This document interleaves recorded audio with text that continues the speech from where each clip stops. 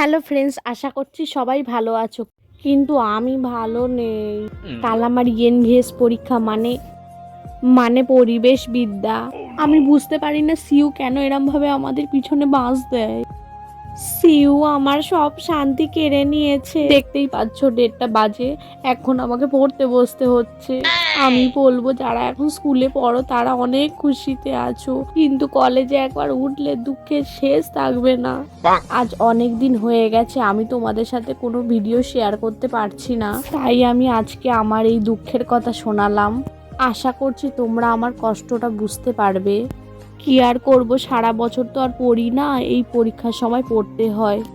আমি তোমাদের আগের ভিডিওতেই বলেছিলাম যে খুব তাড়াতাড়ি বড় ভিডিও আনবো, বাট কিছুতেই সেটা সম্ভব হচ্ছে না যতক্ষণ না পরীক্ষাটা শেষ হচ্ছে।